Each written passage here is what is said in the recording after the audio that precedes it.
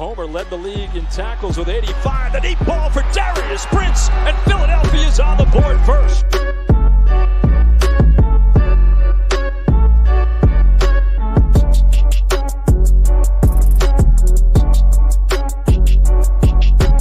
On the draw, this is Bryson Allen. And Allen weaving his way all the way down to the 22. 10-yard line, 5. Mayfield, Dancy, all around. Throw it as far as he can throw it. Jump ball coming. Crazy stuff. Not this time. And you want to be a wide receiver. You're going to have to take a little bit of a hit like that as Brown got him in that shoulder, but watch. Those are teeth. Do we have a dentist on staff here?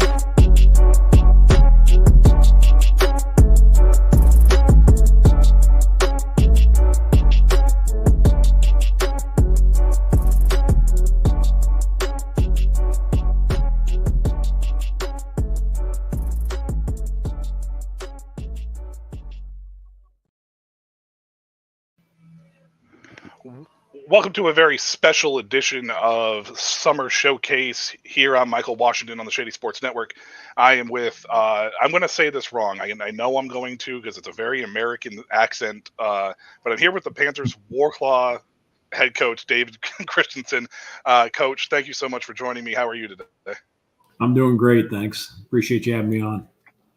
How bad was that accent? That was pretty bad, wasn't it? You know what? It's you pronounce it just like every American pronounces it. So, you know, well, at least I got that going for me. You can try to get kind of European and call it Wroclaw, or I just Wroclaw is how it's spelt and pronounced in America. So no problem. Okay, I'll take it. Anything that can. Part of what I do here on the Shady Sports Network is I started doing this covering the ELF. I stumbled across it a couple of years ago. And I was really intrigued by it because obviously NFL Europe was, had its stay and its longevity over there. And I wanted to bring, American European football to Americans so they at least are able to realize, hey, there's alternative leagues playing everywhere all over the world. And I'm very curious. My first question is a question usually open up with. I'm very curious about, you had a very prolific college career. I think it was 38 years you coached in the college ranks. Yep. And you retired in 2020. How did this opportunity in 2022 come about, and what were the steps that the process it took for you to get there? Sure. So it was kind of on a whim. So I'd retired after the 20 COVID season, and I live in a golf community up in Arizona. Just got a beautiful place where I stay. And so I played golf and traveled, went to games a little bit, just enjoyed retirement for 2 years. And, I really missed the competitive part of what I did my entire life. And so one morning I'm drinking coffee with my wife, and and this is like in November, I think it was 1st November, end of October. And I check Football Scoop like once a month to see, what's going on. I have so many guys that worked for me that are out coaching and played for me that are out coaching. And I just like to, keep tabs on what's going on in college football. I spent my entire career there. And so I'm scrolling through Football Scoop, and there's an ad. They need a head football coach in Poland. I don't know anything about the ELF. I didn't even know there was an ELF. I just turned to my wife. We're drinking coffee. It's 6:00 in the morning. I go, hey, honey, I said, do you want to go to Poland? She goes, what are you talking about? And I said, well, they need a head football coach. She said, send your resume in. So nice. I get on my phone and I pull up a 10-year-old resume. Okay. I had, when I applied for a head high school job before I even went to Arizona State. So I had to type in Arizona State on there. I didn't proofread it. I didn't write a letter. I just copy and pasted this old resume. It had issues. Sent it in, and I said, well, they probably won't even get back to me. And 3 Zoom interviews later, I was the head coach. Nice. I love that. That's a great story. I mean, you just sent in this old. I mean, I wasn't old resume for a job. I didn't have to have a job. I wasn't. But then the opportunity came up, and I got further into it and learned more about the ELF. I really enjoyed being a head coach. I was a head coach at Wyoming. My career had come to an end during COVID, didn't quite end the way I wanted it to. It was just a great opportunity at the time. And then, I went over there, and coaching in Europe is so much different than coaching in the U.S. We have real world problems over there. They're not worried about how much you're going to pay them. They get paid by the job football because of the love of the game. Yeah, So I'm glad you mentioned that. I've interviewed several quarterbacks, American import quarterbacks that played last year, and every single one of them basically said a lot of along the same lines that a lot of the homegrown talent are talents that are working full-time jobs as well. And I was curious about some of the challenges you face because you're going into your third year as the head coach, right? second year. Yeah. Second year as head coach. So you're going into the second year as a head coach, and I was just curious about some of the challenges and how different it is coming from American football, which is football over here is basically America's pastime, going to Europe where it's usually soccer. And what are some of those challenges that you have faced, and how have you adapted to it? Well, when I first took the job, I was told that obviously these local players have jobs. They work 8-hour job, they have families, so they have all those responsibilities. And then football is something that's something they love to do, but it's not paying a lot of the bills. And so I was told that guys are going to miss for numerous reasons, practice, and you only practice 2.5 days a week anyhow with them. And so, there could be some issues. Well, I took a different approach when I came. I wasn't really interested in on how things had been done in Europe, how other people do them. I wanted to come in and try to create a culture that is what I've learned and used over here, and then see if they would adapt to that culture and buy in.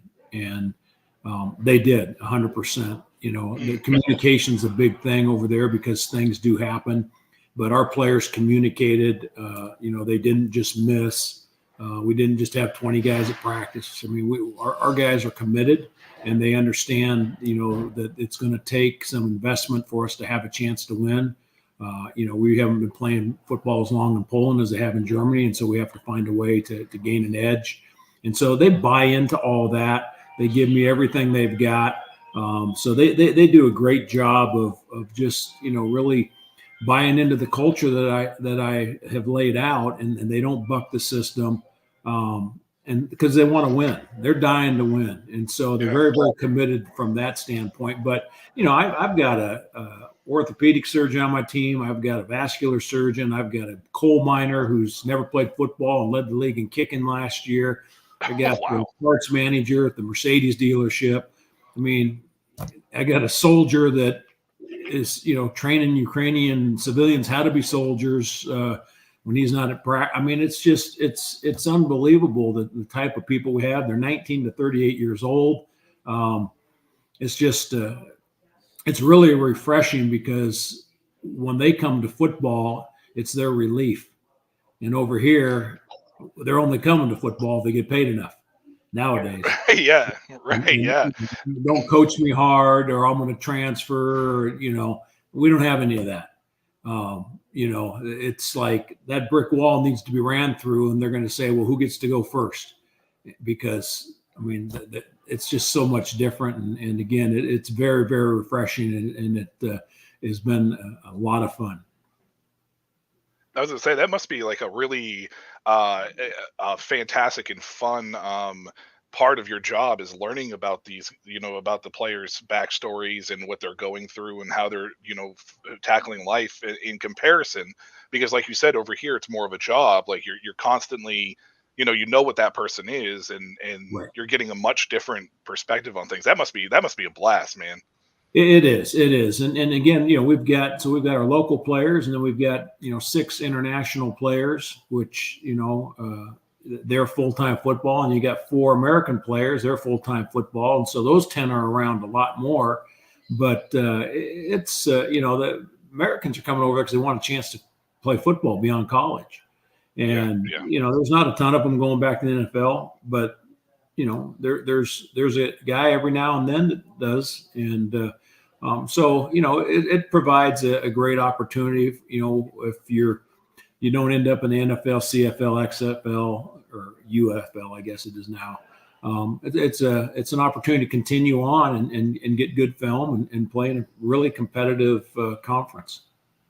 Yeah, I'm glad you brought up about the imports, because one of the other questions I wanted to ask from a coaching perspective, I've asked some players about this, but from a coaching perspective, how hard was it, or how easy was it, either or, was it to adapt to the import rules in the ELF? Because I believe it was in 2022 it was 6 American imports, or the year before it was, and then now it's 4. How do you go about recruiting or bringing these guys over, and how much during the off season do you have to be able to spend time or to actually in person scout these players? Okay, well, that's a good question. So, everybody's got an American quarterback. So 17 teams or 17 American quarterbacks. So everybody's going to sign one American. Usually everybody signs one skill player, another skill player on offense, American. So usually a receiver, but maybe a running back. And so we signed a quarterback, American kid, Stephen Duncan, and he played last year in the GFL and did very, very well. Played at Western Kentucky, in Cardinwood. He'd had a lot of success, big kid. And so, we scouted, I can get all the film of anybody I want. So I basically recruited our entire import team, an American team from right here in Peoria, Arizona. And so, I don't have to get out. I got American receiver, been in 6 NFL camps, CFL camps. He's it was very, very close to making the NFL and won this opportunity. He happened to play with my American linebacker who I signed a year ago. He's returning. My 4th American is a kid who led the ELF in kickoff and punt returns for touchdowns last year and plays defensive back. So those were my 4 Americans. What I did, Michael, is when I took this job last year, I didn't have a clue about anything. And just kind of, I had a way, I knew how I wanted to build a culture, but I had no idea about putting a team together over there because I just didn't know. And so I think I cut 6 of the 10 guys I signed before our season started, and had to replace. And then we got into the season and we had some success, had some injuries down the road a little bit, but we did make it to the playoffs. But after being there and studying the landscape, I said, well, here's how it's going to work. When this season ends, I'm going after the best players in this league at every team. And so I went after the top players, and we got Devin Burrell, who's the leading kickoff punt returner and a dynamic corner. I already had AJ Wetland on our team. He's led the league in tackles. He's led every league over there in tackles that he's played in. Those are my 2 imports there. I got a great quarterback, a 6'6", 235-pound quarterback, and I got a receiver that has got. And by the way, he's a wide receiver and he's got 30 NFL tackles. Special teams, right? Matt Cole. So, we got those guys, and then we retained a tackle that we had last year. Otavio was our left tackle. He's moving to right tackle. We signed a left tackle from Paris. I think he's the best left tackle in the league. We signed the tight end from Paris. He's probably the most experienced tight end in the league, and I feel could get a chance to be. He's one of the top 2 tight ends in the league. And so, we just went after those guys. We signed a defensive end that played for us a couple of years ago. Is a phenomenal player. In fact, he's on a national bobsled team, so he's a great athlete. And so, we signed another running back / receiver who's actually lives down here in Phoenix, but was born when he was first born. His dad was working in Russia, and his first organized football was played in Russia. He's an import, and he played high school football in the U.S. and he played college in the U.S., but he's an import. And so we were able to get him. I've got 4 of the top players in Poland that did not play in the organization last year that wanted to come back after getting a taste of our culture and what we're doing. And so I think we have 3 or 4 Polish kids that are going to be starters this year that weren't even on the team last year. And Oh, so, that's awesome.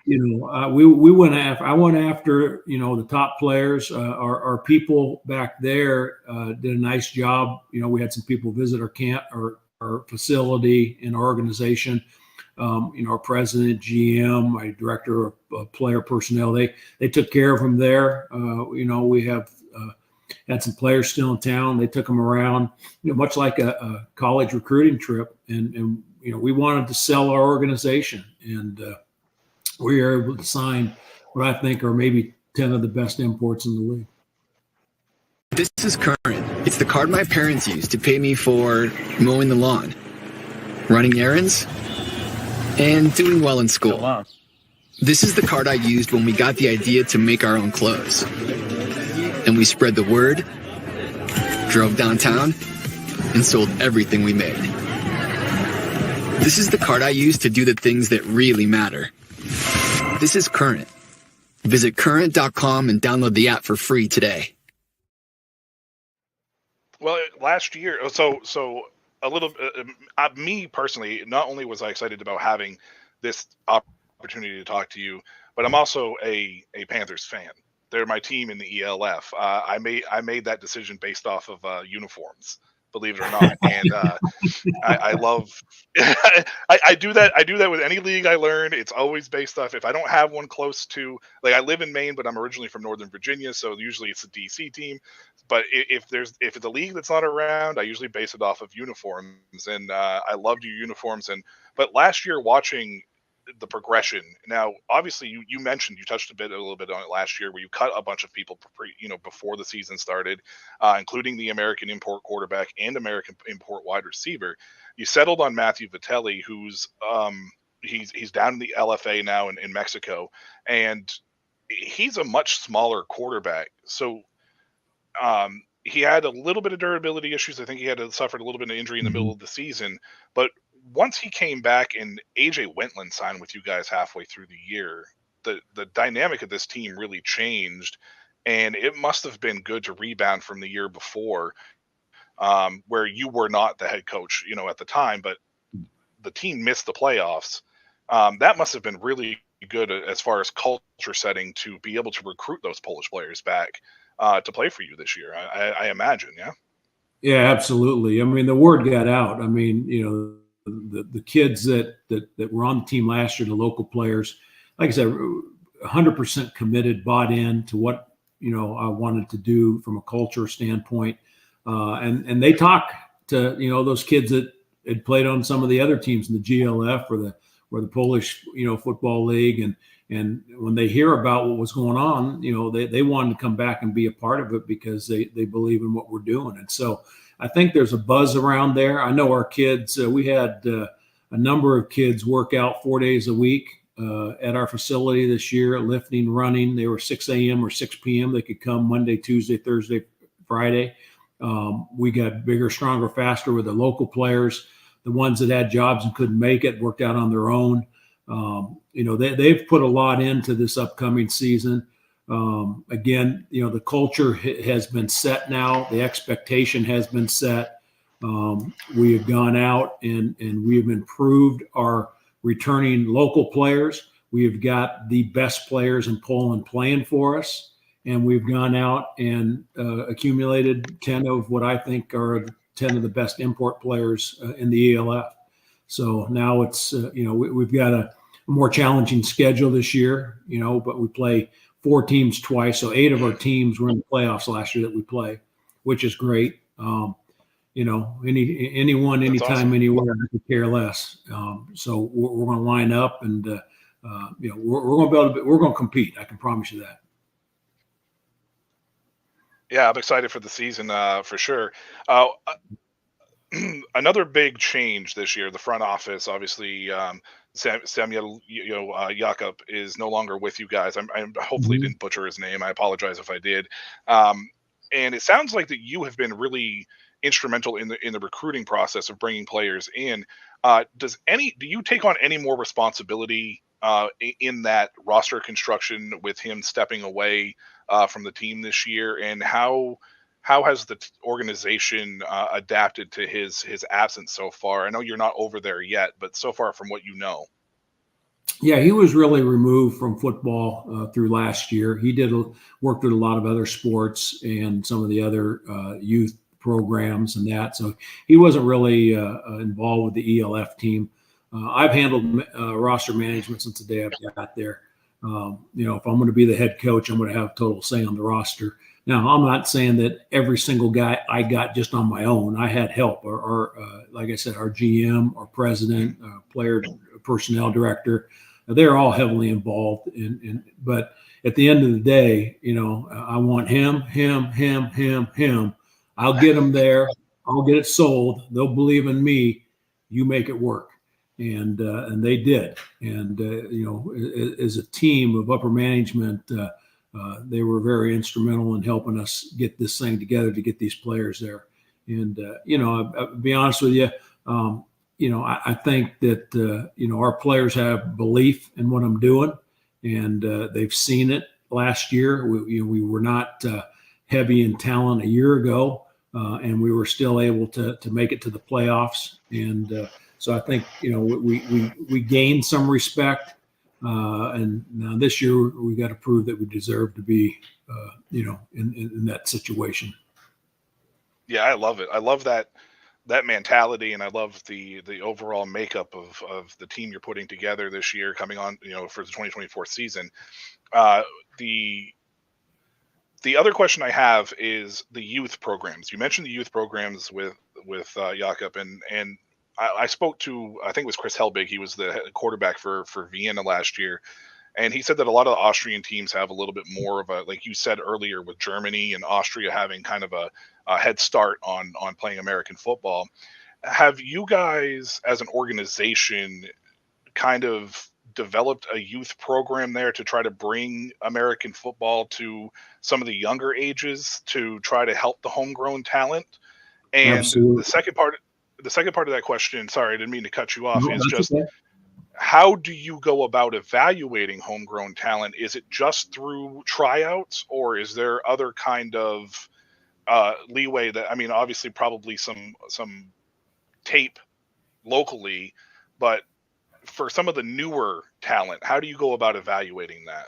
So that's a good question. So first of all, when I took the job, one of the goals when I took this job was not only to win the ultimate goal in an organization is to win the ELF championship. That'll never change.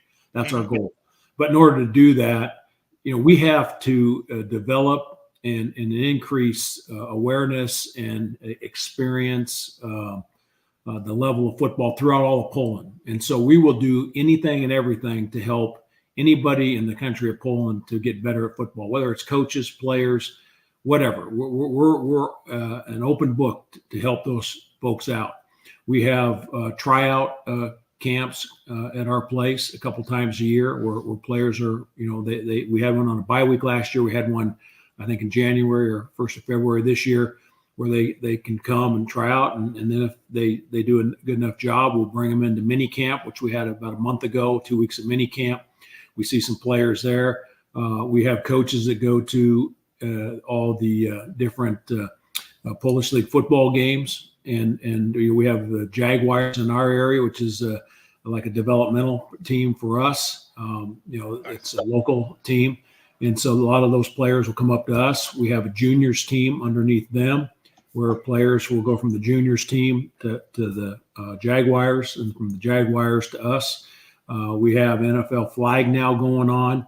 And so we're doing everything we can to create, great awareness and interest in the game of American football, and doing everything we can to speed up and try to catch up, because, they've been playing football in Poland since the 90s, 1990s. They've been playing football in Germany since World War II. And so, we have some catching up to do, but that's our goal, is to improve football at all levels in the country of Poland, and then, which will in turn help us have the best players available on our team. I love it. I love it. I love hearing about that, and I love the fact that it gives, the country and homegrown talents another outlet to get into and get involved into sports and stuff that isn't necessarily soccer. And nothing against soccer by any means, or at all by any means, but it's a sport that's not built for everybody. If I had been born in Poland, I would not have been able to play soccer. I'm way too big.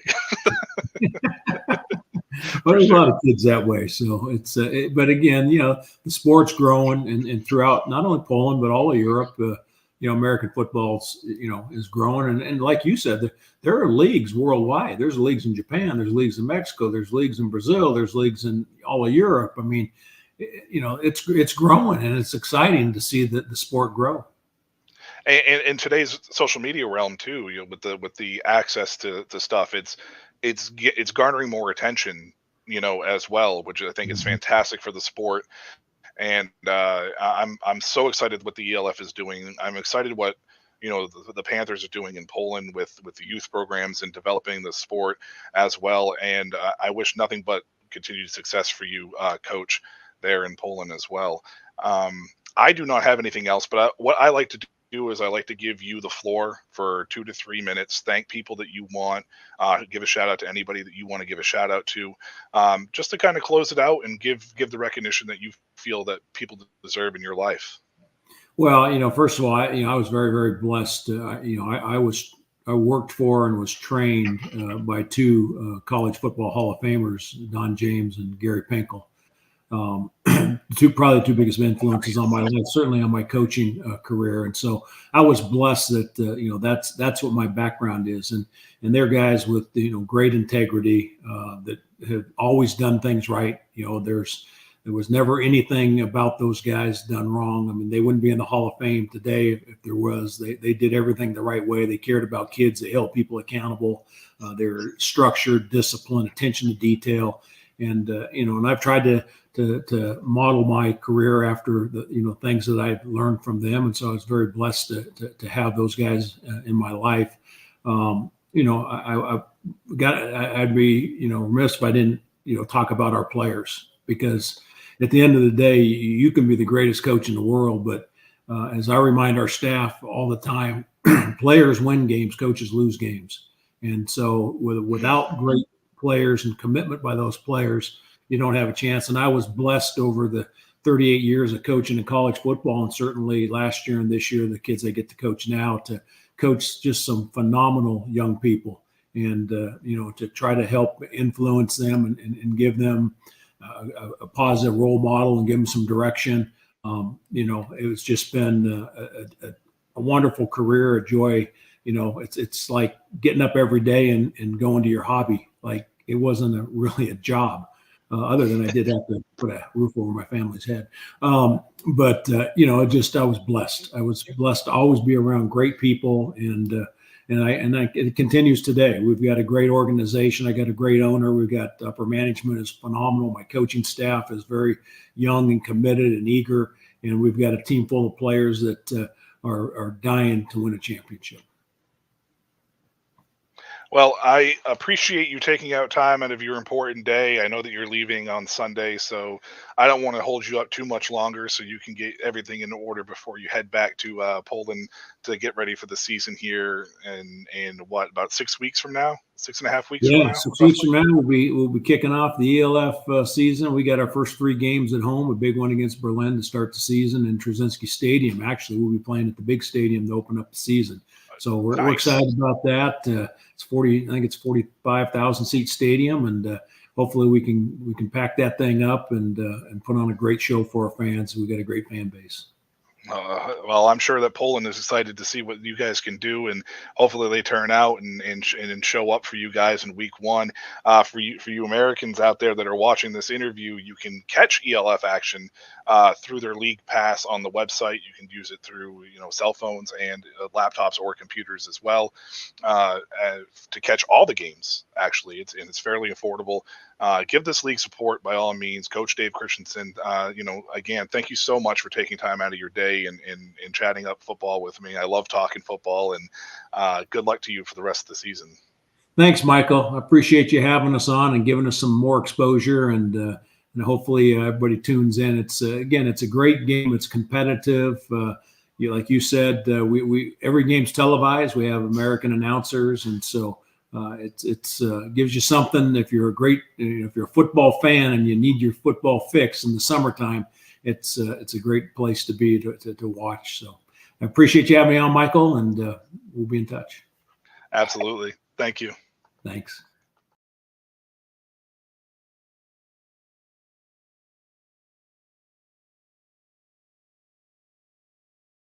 I'm a game changer.